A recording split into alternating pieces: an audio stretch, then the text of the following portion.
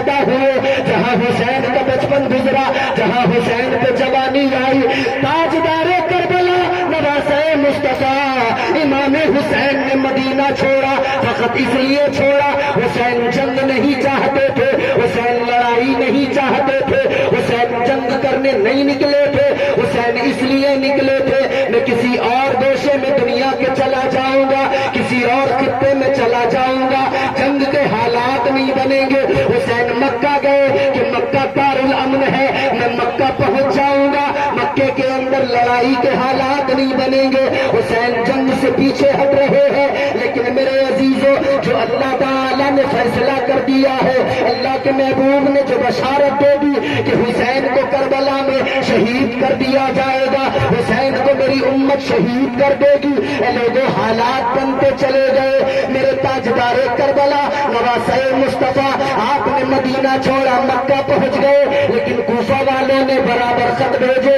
اور کئی روایتیں میں نے پڑھی، ایک روایت کے مطابق 12,000 خطوط بھیجے گئے، ایک روایت کے مطابق 4,000 خطوط بھیجے گئے۔ جب امام پاک کی بارگاہ میں اتنے زیادہ خط آئے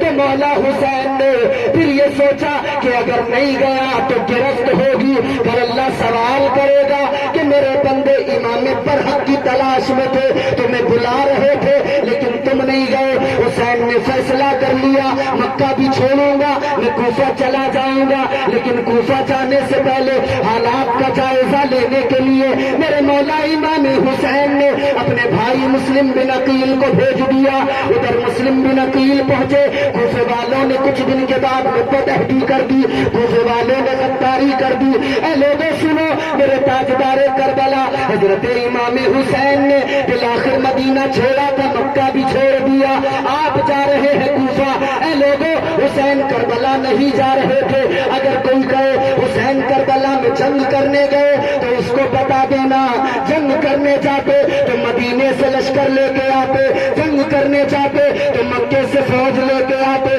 حسین تو کوفہ جا رہے تھے، کوفہ والوں نے بلایا تھا اس لیے جا رہے تھے، لیکن راستے میں گھیر لیا گیا۔ میرے مولا حسین کو تاجدار کربلا کو گھیر لیا راستے میں، پھر آ گئے جناب، پھر یزیدی لشکر کے سپہ سالار بن کے آ گئے، روک لیا تاجدار کربلا کو، روک لیا میرے مولا حسین کو، روک لیا۔ میرے آقا حسین نے فرمایا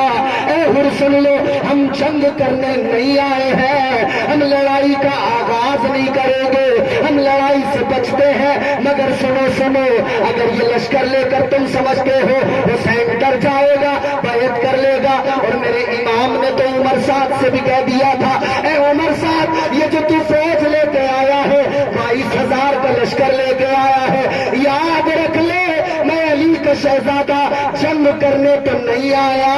لیکن میں بزدل بھی نہیں ہوں، میں ڈرتا بھی نہیں ہوں، 22,000 کیا 22 لاکھ بھی لے کر آ جا،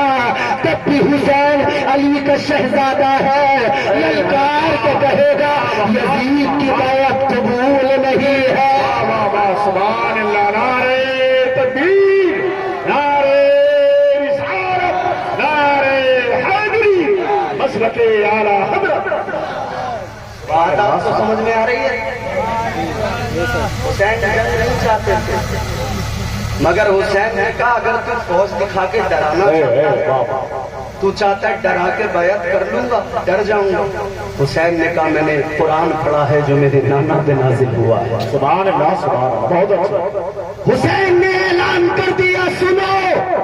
اے یزیدیو، میرے نانا پر اللہ نے قرآن نازل کیا، اور اس قرآن میں رب نے حکم دے دیا